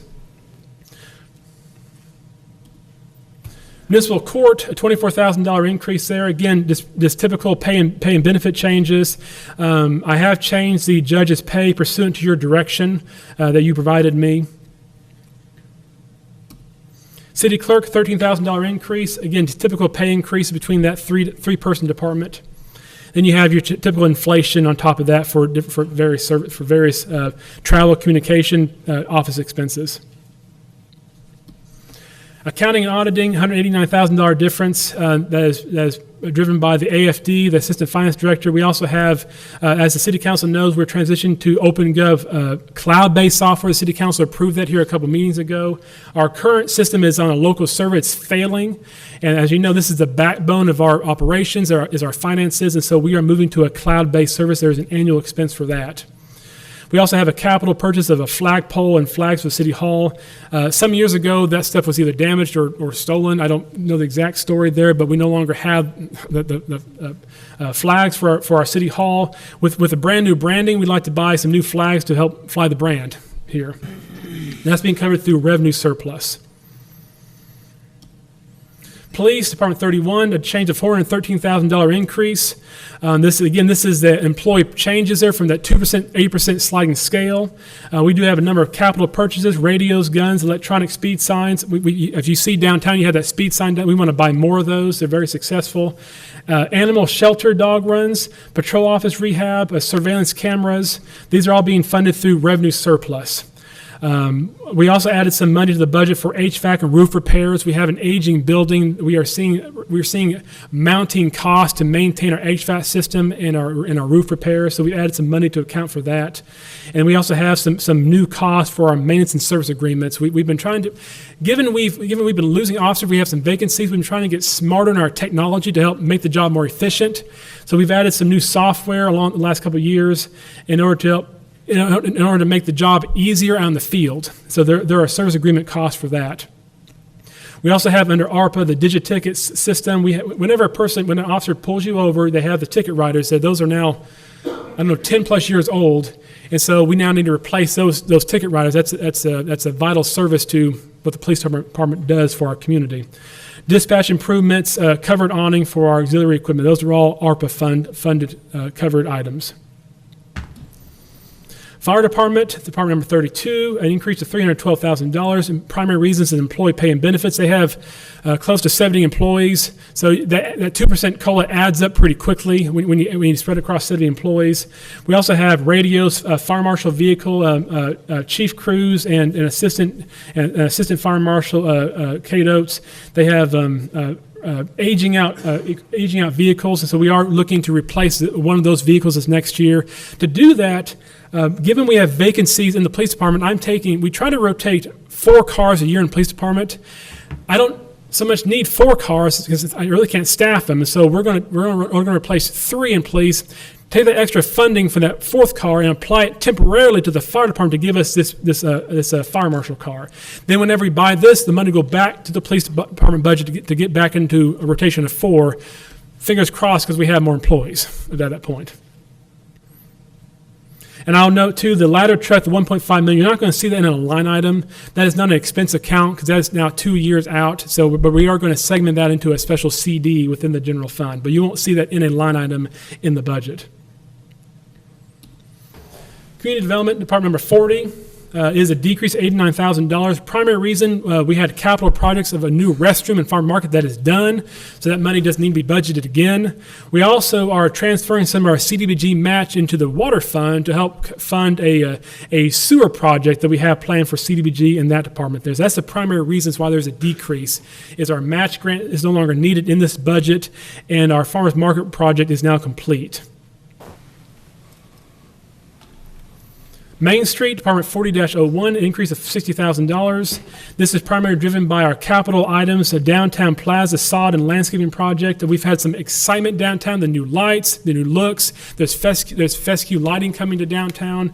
There is a growing need. It's being voiced by downtown visitors in order to make our downtown square more attractive, better grass, a better system, better landscaping, and so we've dedicated some revenue surplus in order to do a downtown plaza sod and landscaping project for next year. And please stop me at any point. Code Enforcement, 40-02, increase of $60,000. Again, employee pay and benefits is driving part of this. We also have a capital purchase for a mower that's being paid for by revenue surplus. And we also added some more money to demo more houses and do more lot mowing. And that's a big push for the city council, big push for staff. We're trying to get more done, so we've added some more budget to those line items to get more houses and more houses demoed and more yards mowed, more delinquent yards mowed. We also, through ARPA, we're also looking to add a new truck for our code enforcement official. You've probably seen we have it's an old Ford Ranger we want to replace in order to give them a more up-to-date truck, and we also need a UTV for the abatement crew to do better abatement jobs out on open fields. Engineering, Department number 41, an increase of $119,000. This is primarily because for the first time in several years, we actually have a full-time engineer on staff. We've been trying for years, and so we've been budgeting that lower because there's no point in budgeting for a position I don't have. Well, Todd McGee joined us this last year doing outstanding work for us. So this is the first year where we see the full impact of that item back into our salary line. We also have a capital item for a LiDAR survey. This is a pretty exciting item. This will do about 8 pictures per... It's 8 points per square meter. 8 points per square meter. This is in order to give us better topographical maps. This would be good for our businesses, for our developers, for our flood maps. So this is going to be available to all developers, free to our community. This is an exciting project. This is done through flyovers, and it take again a lot of pictures per so many square feet. And so this will give us good imaging for our different mapping and different development purposes. Public Works, a decrease of $3,000. This department is primarily the upfront staff in Public Works, so it's typical adjustments in pay and benefits and operational costs is why that's down $3,000. Parks, Rec, and Right-of-Way and Pool. This is a decrease of $14,000. Again, we had some capital purchases this year that are no longer present, so those have gone off the budget.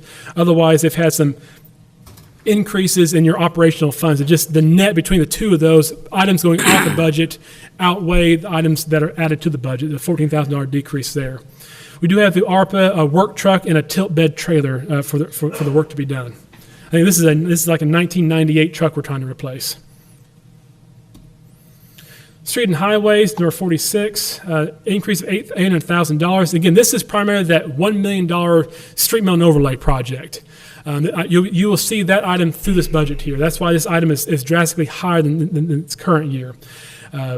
We do have some savings in other areas. That's why you see a decrease from $1 million, only to $844,000 there. But we want to do mill and overlays, concrete work for street sidewalks and curb and gutters. Employee pay and benefits impacted this number. And overall, the changes, we had the North Lamar ISD project in this year's budget that's gone away. So that was a net change in the position for the budget for this department. ARPA funds are the truck chassis. They need a new truck chassis for their dump bed, for the dump truck. Grayson, Yes. a question on that. Yes. We talked about the other departments and staffing on that. How are we with street staffing? Very low in staffing there. We've had a hard time keeping staff in that department. Other public works have been doing better this last year, but street is probably the one we're suffering the most. Where's Michael at? That's the one we're suffering the most in right now. Is that because of salary? Michael, do you want to speak to that a little bit?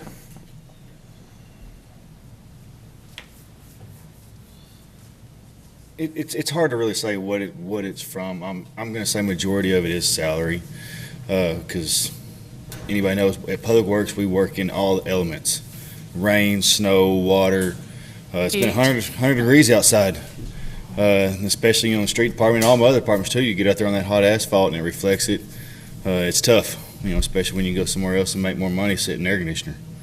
And just all over the board, it's hard to get people to work anywhere nowadays too. So How many are we down?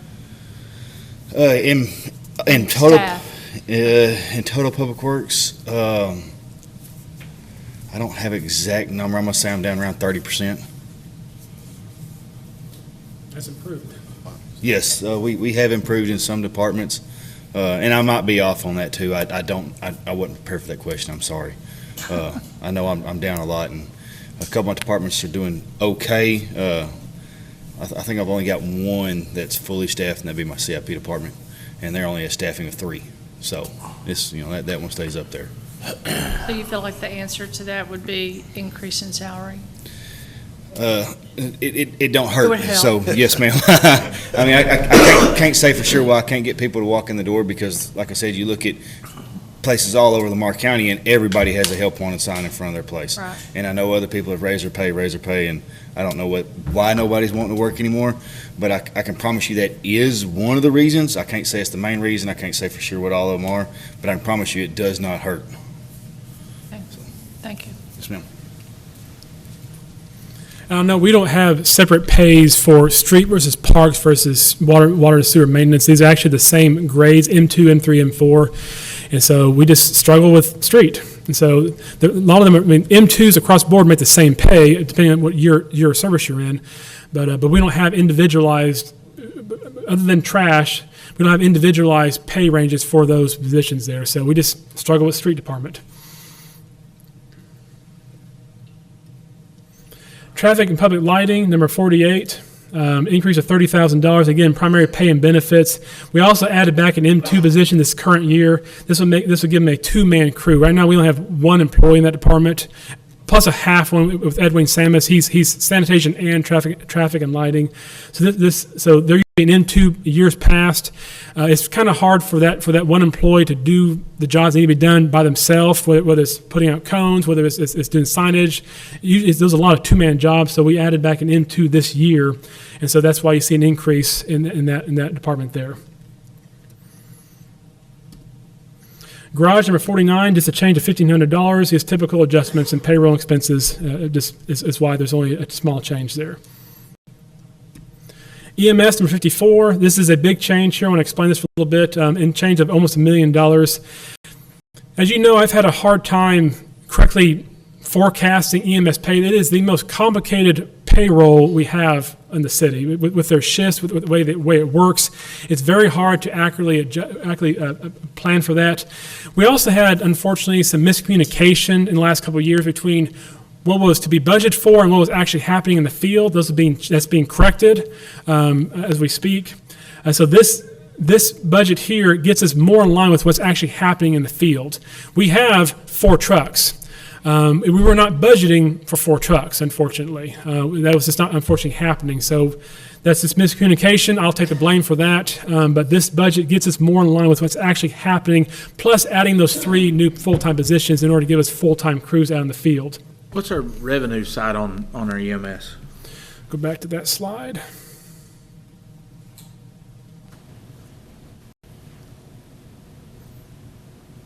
$3.8 million. So we're $1 million, we're gonna look, probably projecting $1 million deficit, Go back here. or 900,000? Roughly, yeah.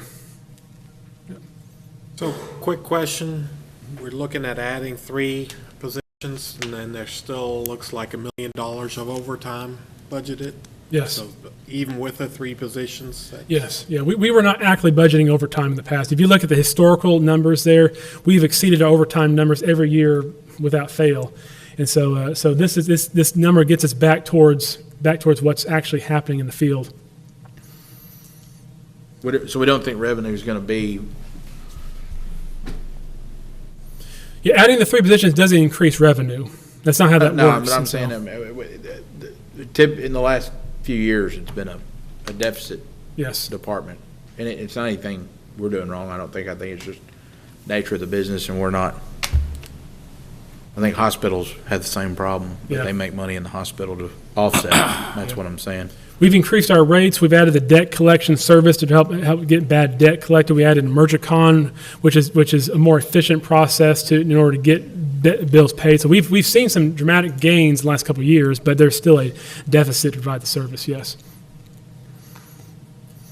So that's the explanation for that $969,000 difference. There is the correcting for the overtime and salary lines, given what's actually happening in the field with our 3 new full-time positions as well. Again, part of that is offset by we've been paying for 3 part-time people every day, or 1 every day, 3 shifts. But this now goes from 15 hours part-time to 24 hours full-time. There's a net change in that. We also have our Medicare survey. As you recall, that's a one-time expense. Medicare came down and said, we now require you to do a survey to give us numbers so we can then change our rates. That's about a $40,000 expense right there that will go away after next year. And there's also rising costs for ambulances. Ambulances cost more now to purchase than they did before. Through the CARES funding, we have IV pump equipment, jump kits, some vent equipment in order to staff out all the trucks, and East Station flooring. Paris band, no change. Library, $75,000 increase there, again, primarily because of pay and benefits. Their capital items are their furniture replacement and roof repairs, which is, again, all through revenue surplus. We're not using recurring funds. We're using the one-time surplus from a couple of years ago. General expenses, this is where you'll find your LCAT expense, your health department. We do fund part of the health department. This is where you'll see a HOP payment go into the chamber out of. This is increased by $95,000 because this is the first year we're reflecting in our budget the TERS money going out. As you recall, last year we got our books in order, and as we were able to fund the TERS for the prior several years, about $62,000 is our budget estimate that will go to TERS this upcoming fiscal year. And of course, LCAT has also increased their costs on their side. So we have an increase of $95,000 primarily because of TERS and LCAT. IT, an increase of $83,000. We added a 3rd IT person. Again, the work has exponentiated, and so we added a new person this last year doing outstanding work. We're in more places where we need to be at now with his work, adding him to the department. Capital items for next year, we need to go to Microsoft 365. This is an annual service. Right now we have our current service is on our local service that's failing, it's aging out, it's no longer supported by the entities. This will take us to a cloud-based serviced product so we can continue to have backed up, protected Microsoft systems for our staff. We also need to, under CARES, we're also going to replace our switch and server throughout much of the city. These switches and servers is what connects us in the network. They're all 10-plus years old. So those are well past their years of expectancy. So we need to replace those in the upcoming year. Airport, there's a decrease of $232,000 in this one. That's primarily because this current year, we budgeted almost $250,000 as a match for the TechStop project. That's no longer need to be budgeted again, so I'm taking that off the budget. The money is there. They have delayed the project by a year, but we've already raised the money, so I don't need a budget for that 2 years in a row. So the money's already available for whenever that does come. That's why there's $232,000 changed in that budget. Grayson, that is guaranteed to happen, though, is that Yes, correct? yeah, they have promised us it is guaranteed to Make happen. sure. So, yeah, in fact, we are working right now, we're working with TxDOT to I like to get the money out of my hands into theirs, because this is ARPA funds, and ARPA funds does have a shot clock, and so I want to get it off into the hands it needs to be at. So we've asked them to consider taking our money up front, one, to commit them, and two, it helps us with our ARPA shot clocks we're up against. So they're currently considering that and giving us documents to consider to get that money paid out soon. Warehouse, we're now moving into our water and sewer fund. This is Fund 10. So the first one is Department number 80. Warehouse is a change of $5,000. Again, just typical office expense changes there, employee pay and benefits. That is a department of 2 people. Water and sewer billing across the street, number 81, there's a change of $149,000 for this one. We are adding the new meter reader and the meter reader truck. Also, the meter reader can't walk on foot across town, so we didn't give them a truck to do their job. We also have employee pay and benefit changes here, and we also have we have an increase in credit card use expenses. We do pass it along to the customer, but we see the expense added to our budget, so there's a revenue that covers that. Water production, the water plant itself, a change of $283,000. As you saw the bids recently, the bids have gone up. So that's a big part for our chemical bids. The prices have increased for that. Electricity has gone up. Electrical prices have increased. So we do see a change in that for next fiscal year. And then our capital project is filtration plant replacement. So we're trying to do about 1 a year. We have about 8 or 9 cells, and we've been rehabbing about 1 a year. They're almost $300,000 in expense. And so these are vital parts of our treatment process, trying to rehabilitate all those cells one at a time. ARPA, we have electrician work truck. The truck right now is an aged truck, and we want to give him a new truck to do his services. Water distribution, number 83, an increase of $55,000. This is primarily employee pay and benefits, is primarily that comes from. That department is nearly, not fully staffed, but it's pretty close. So, what's that? Need 4. So we've seen some good gains in that department from a couple of years ago. We've managed to keep employees in that department. They're asking for a track loader and a mini excavator, as you saw them in my memo. We do have 2 crews. This will give both crews equipment so they can both do jobs at the same time, having to borrow each other. That slows down the process, slows down the work. This department is primarily focused on fixing water breaks and water leaks in places, and so it's nice having 2 crews working at the same time across town. CIP, you've seen their good work up at Lions Head, increase at $16,000, and again, primarily employee pay and benefits. Sewer maintenance, this is Danny Edwards' other hat that he wears, water side, now sewer side, increase $102,000, primarily because of our CDBG grant match that I mentioned earlier. That was money in the community development budget, and that's now in the sewer fund for that CDBG match for the sewer project. CIP for sewer, again, another hat that Paul Morgan wears. Again, $7,000 increase, employee pay and benefits, and then just everyday inflation and costs. Wastewater treatment, number 86. This is a plant that we are building a brand new one for. Again, changes in employee pay and benefits, and we also have some different equipment and tools that we have to work on and replace. Again, it's costly to replace those old rotary wheels we have out there. The capital items are auxiliary pump and UTV for the work they do out there at the plant. Lift station number 87, increase of $17,000, primarily because we have some capital items. We're lift station fencing. TCQ needs us to improve our fencing around that facility. It's a security measure, so they asked us to replace that fencing.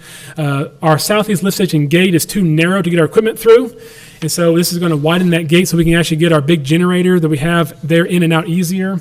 And we also have some portable pumps. Whenever the lift stations do go out of service, we have to have portable pumps on site so we don't have backups into people's homes. These pumps are, I believe they're 20 years old, I think, or is it 30? sure where Kyle's at, but they were 20 or 30 years old, so it's time to replace those pumps. Lastly, the landfill and sanitation department, number 44, an increase of $128,000. Now, this one is a big asterisk behind this department here. I've gone ahead and budgeted a full year's worth of expenses. If we do outsource, this all changes, and so that will drastically change. I can't foresee that clearly at this point here. So I've gone ahead and budgeted for it. But as soon as we outsource, the revenue stops. A lot of the expenses stop. Not all the expenses, but a lot of the expenses stop. And so, but for now, I went ahead and budgeted for a full year's worth just for now. $120,000 change in there. Again, employee pay and benefits, and then our landfill fees have increased for that department. All right. In conclusion here, I do believe that this proposed budget here hits all the key needs for our budget memo, for our priorities here, the council strategic plan, the employee pay and benefits, capital outlays. So this covers all of those needs. This is in line with SB 2. So with that, just take any questions or thoughts you have. We do need to discuss what you want to do next, whether you have more workshops, more meetings, if you want to ask questions tonight, if you want to meet again and talk about more questions. Otherwise, we do have some statutorily required meetings we have to also do as well. So I know that was a very poor job on my part. I threw a lot of information out there. There's so much to cover, and I know I did not do my best tonight explaining things. But there's a lot to cover there, so please ask questions of things you need clarification on. Any questions? Any comments? I'm good. Well, I just want to say I couldn't be more proud to be the mayor of this city and to be a part of this council. I want to thank the employees, the city staff, department heads for all that you do on a daily basis. And Mr. Path, you're always very critical of yourself. But this brief is detailed. And I'm sure the citizens of Paris that are watching could understand honestly where the taxpayers' money are going and so forth. So I think you did an outstanding job, as I always do. You make it very easy to understand. And that's why you don't have that many questions. Of course, we see you on a daily basis and we talk offline, but I think you did an outstanding job, and to your staff and your team, we certainly appreciate you all for everything that you do. And it wouldn't work without the city, employees and staff, and we're all a team, we're all a family. So I'm very proud to be a part of that, and I wake up every day thankful for that. So thank you, sir. Thank you. On behalf of the staff, we're very thankful for the work you all do. So representing your citizens, talking with us, working with us. It's been a pleasure working with this city council. So thank you for the work you are doing and you continue to do. So with that, we do have some, unless we want to have more workshops, what we would do next is at the end of August, we would have a meeting as part of our regular meeting. We are required under law to approve the budget for public hearings in September. That is a statutory requirement, and so we'll at least have that meeting. The budget can still change. You're not committing yourself tonight. You can still change the budget between now and those public hearings, and so don't think that if you don't change it today, it's forever stopped. So we can still do that, but obviously the later we go, the harder it gets to change and balance and so forth. So, but we will at least have that meeting in August 28th in order to finalize the budget and issue it for public hearings in September. All right, if there are any further questions, I hear a motion to adjourn. So moved. Second. We adjourn.